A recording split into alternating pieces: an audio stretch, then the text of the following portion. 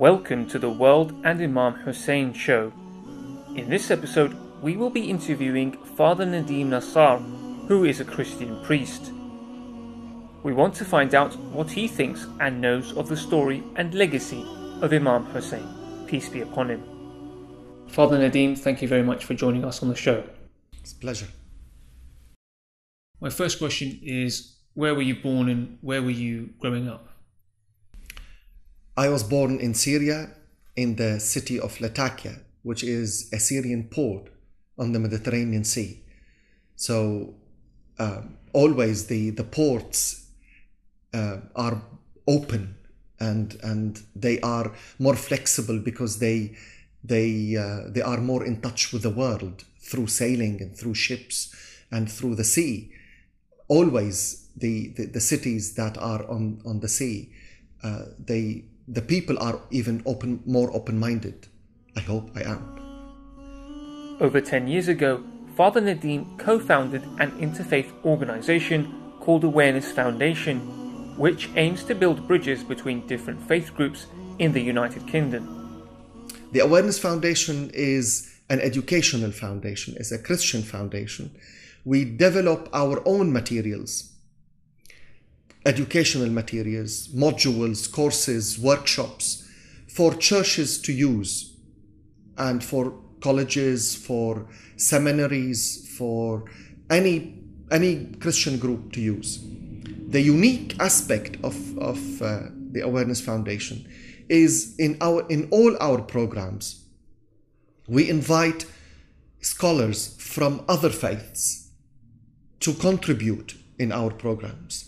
Every single program we have has a Muslim voice, has a Jewish voice, in order to understand ourselves better. Because I do believe, Hassan, I do believe that in order to understand ourselves better and truly and deeply, we need to listen to the other.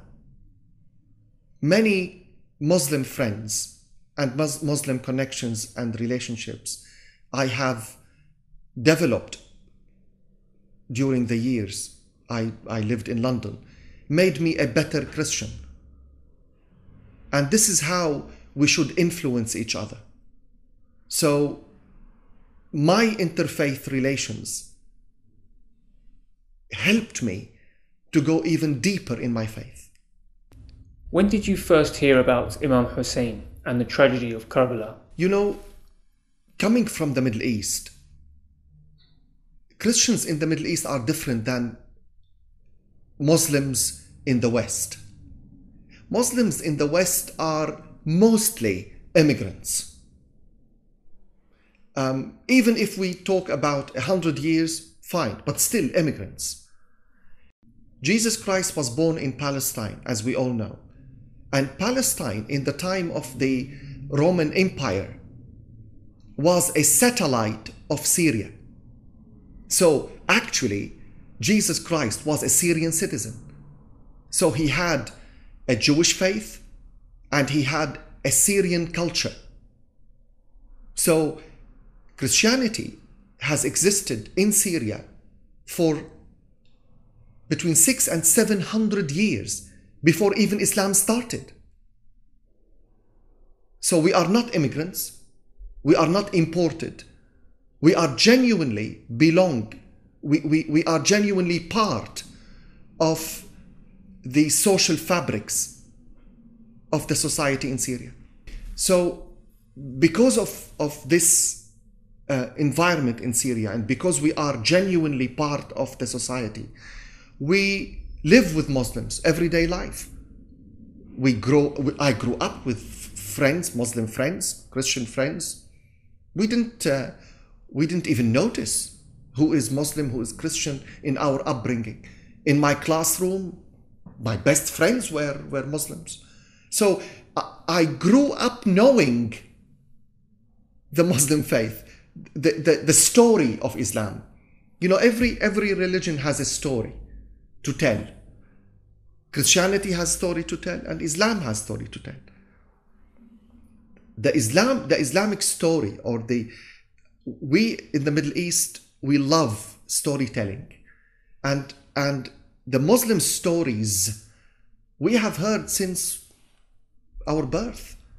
We know about Imam Hussein, about the Prophet himself, about Imam Ali, about all the Khulafa, or all the conquests and all the internal politics, the spread of Islam, and all these things is for me a second nature. I don't know. I can't tell you when I learned or heard about Imam Hussein, like any Muslim, from birth.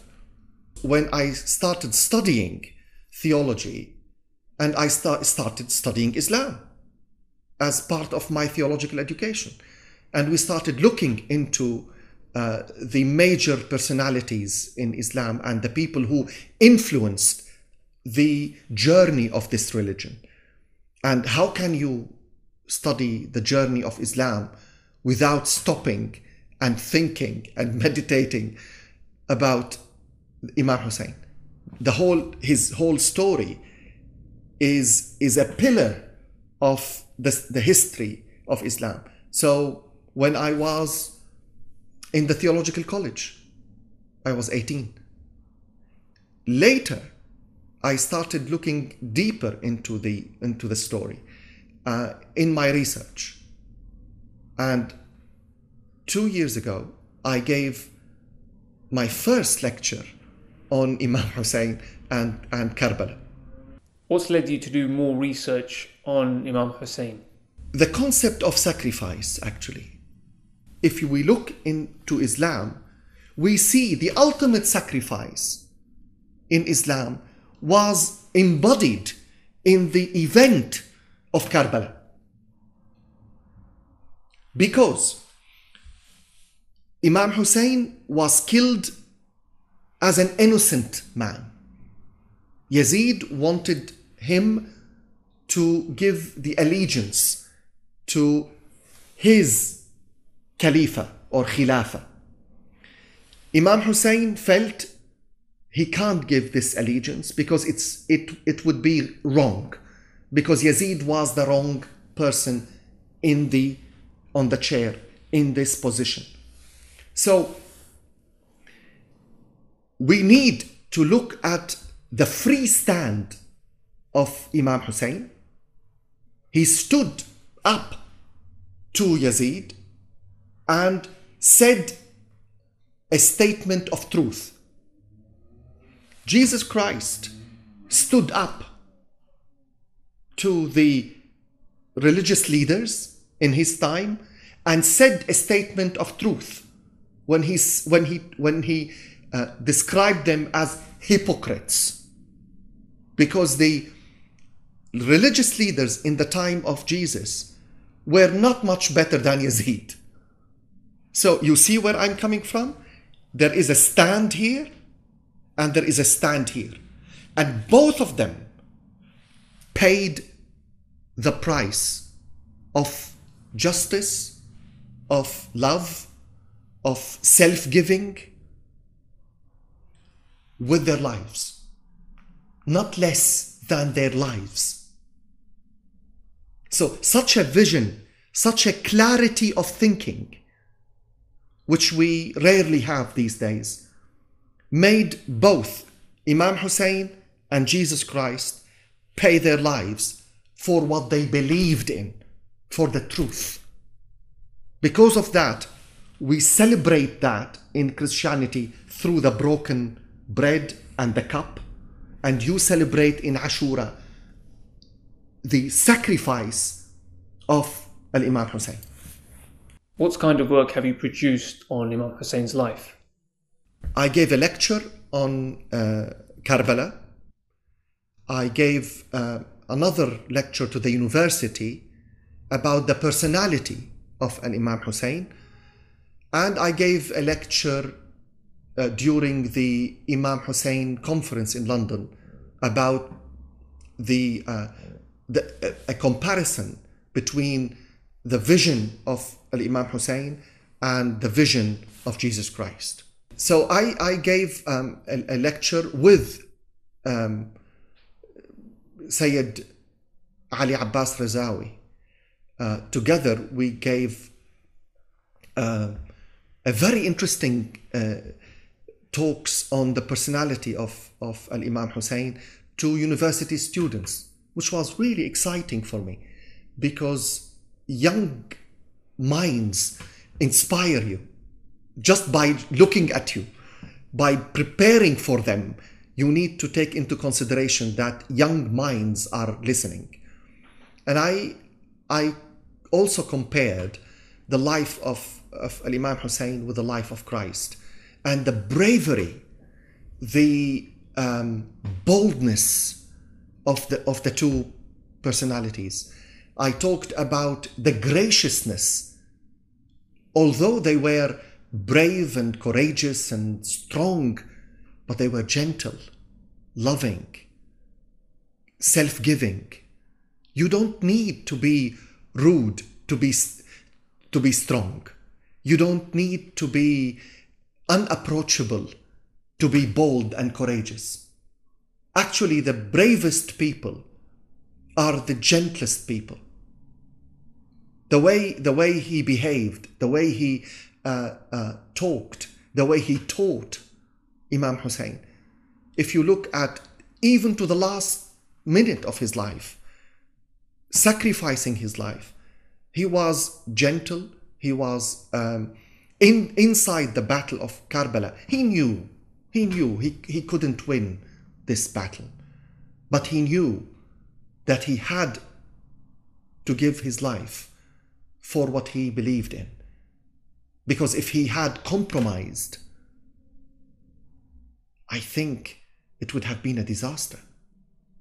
Although they were both, Imam Hussein and Jesus Christ, gentle souls, but they were not nice in the sense of being nice. They were people with vision. Because of that, they had the power of the stand for truth.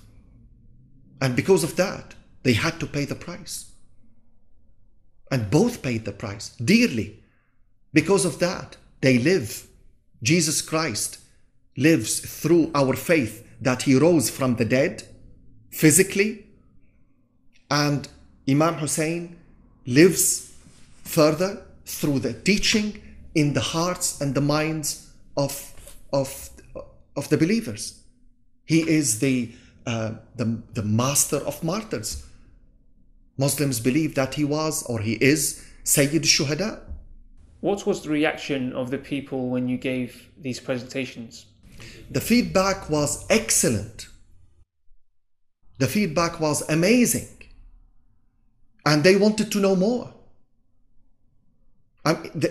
One of the best question and answer session in my career, in my life as a priest, was when I talked about Imam Hussein or Karbala or these subjects, whether to Christians or Muslims, because such topics provoke people to think.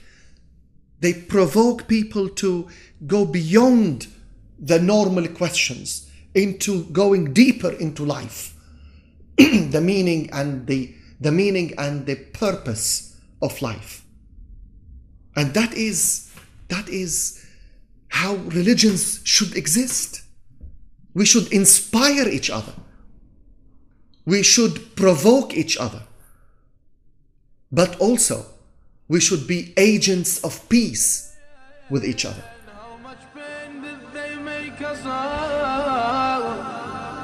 How much pain did they make us all? How much pain did they make us all? Safa, Muharram, Spain will go best. Safa, Muharram, Spain will go best. Safa, and continues every month delivery. And continues every month.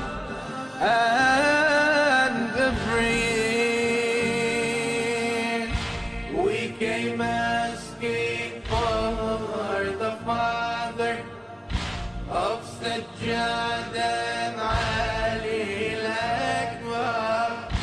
We came asking for the Father of سجادة علي الأكبر.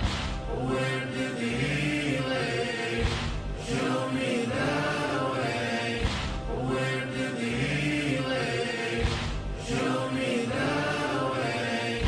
When you went to Karbala, what did you see about Hussein? I ask you then, you tell me. Tell me where's Hussein said and his great body. Is Imam Hussein's message universal, or is it just confined for the Muslims? Of course, I wouldn't allow you to take him from me. Of course, he inspired me throughout my studies, my life. He is universal, as well as Jesus Christ is universal, because we have to remember that those figures, because of their stand, because of their faith, because of their relationship with God, because of what they contributed to the humanity, they are universal. And the most wonderful thing about them is that they were local.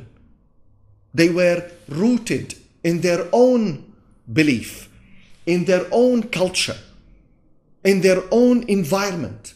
Both of them. If you look at the life of Imam Hussein, his family, his short life, as well as Jesus, his short life, because they were immersed in their locality and in their faith in God. Look, whenever a great personality combines these two dimensions, the spiritual dimension, the relationship with God and with faith, and the second dimension is the relationship with his people, his direct environment. When the combination comes in the right way, you have a great and universal and cosmic effect and a universal message. Because of that, such people like Imam Hussein, like Imam Ali, like Jesus Christ, like St. Paul, those people cannot be only local after that. In their environment, they influence their environment, in their locality. But because of their special insight to humanity, they become universal for everybody. What makes Imam Hussein's story relevant today? It can't be more relevant than today, I tell you. It couldn't be more applicable. The message of the story of Al-Imam Hussein couldn't be more relevant to the society than today. Look at our world.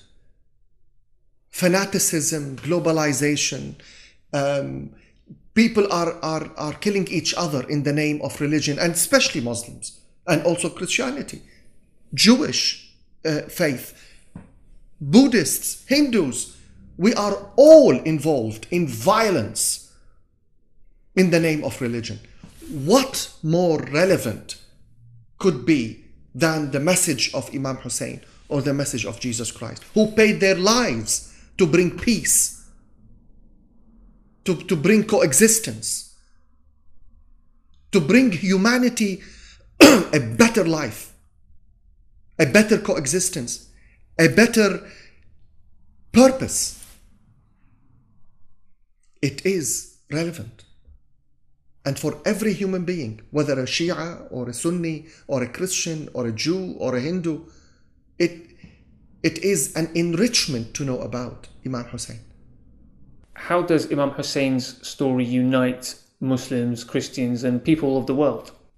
Imam Hussein has the ability to build a lot of bridges between East-West, between religions, because his story, his personality, his teachings have echoes in other religions.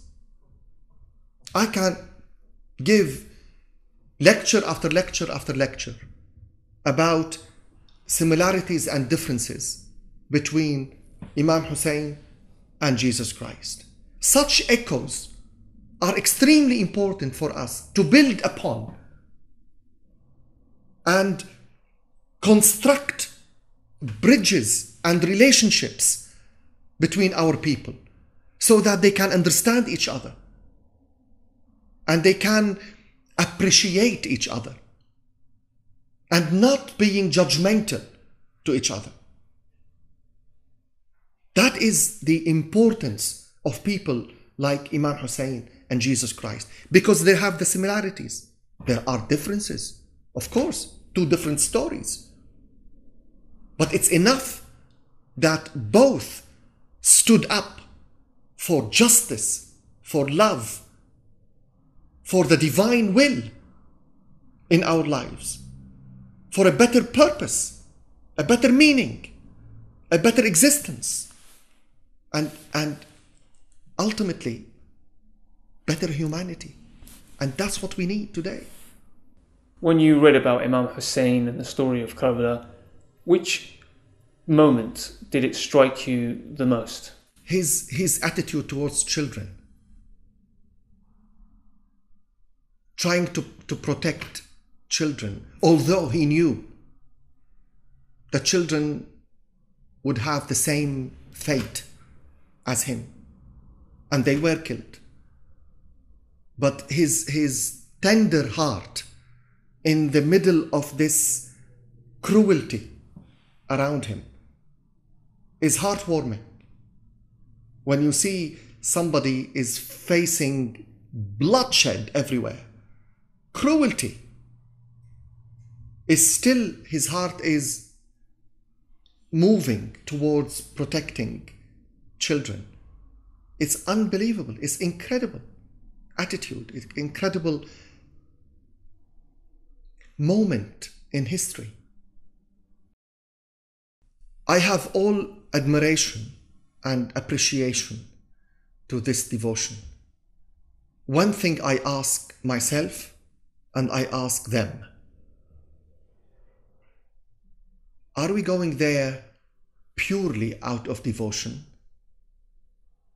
and purely out of love, in a sense of having feelings? Or are we aware of the depth of his life, the depth of his teachings, and what he stood for? I think devotion only is not enough. I may love you and be a devout to you, but if I don't know who you are and what you stand for, my love would be missing something significant.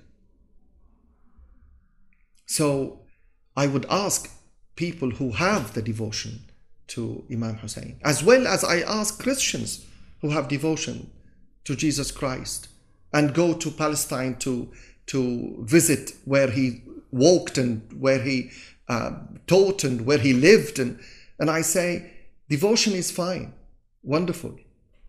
This zeal, this passion for these huge personalities is absolutely wonderful, but it shouldn't stop at this. It would be pity. It should go further, to learn from them, to be inspired by them, and to feel that their lives, their message still live through us further. That is the power of faith. Imam Hussein can be a uniting factor for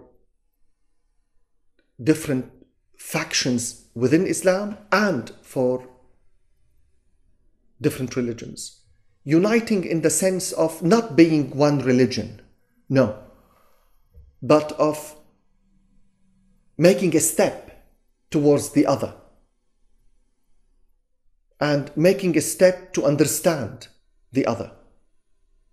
Because I always say to Christians, if you believe in Jesus Christ, if you love Jesus Christ, if you really have a relationship with God through Jesus Christ, you need to understand and appreciate that Jesus Christ asks us all to open up to the other. He said, love your enemy, bless who hate you, pray for those who persecute you. If we are not open to the other because we believe in Christ, then our faith has no meaning, is empty, is passion and love and sometimes euphoric, but has no substance. And I say to the Muslims also, you need to understand the message of Imam Hussein, the stand for justice, the stand for innocence, the resentment to compromise about the truth. That is what makes our faith in Islam has substance. Otherwise, anybody can manipulate religion. Anybody can twist religion and brainwash us in order to do what we don't want to do. And what Islam, true Islam, wouldn't accept you to do. Those people who are being manipulated and twisted in the name of Islam are the shallow people. Those who do not understand the depth of the life, the martyrdom, the teachings, and the message of Imam Hussein. To stop fanaticism, to stop the manipulation, to stop the people who are making religion a business, we need to go deeper in our faith. But as we go deeper in our faith, we need to go wider in our perspective. Because if you are deep in your faith, you shouldn't be fanatic. You shouldn't be closed-minded. Open your perspective, go deeper in your faith, and be inclusive to others. Then you are an agent of peace, an agent of reconciliation, an agent of forgiveness, and an agent of justice. And that what reflects the message of Imam Hussein or Jesus Christ. This is when we become mirrors to these wonderful personalities. If we can't reflect this light, then what is the sense, the purpose, and the meaning of our religion and our faith? Unfortunately, this is prevailing, this manipulation. We should stand up like Imam Hussein did, like Jesus Christ did, and say no to that. And say that there is a higher purpose, there is a better meaning for life than to kill you only because you are different than me. I would love you because you are different. I would want to learn from you because you are different. I would make a step towards you because you are different. This is the way you and I build our future. Father Nadim, thank you very much for joining us on the show. Thank you. It was a pleasure.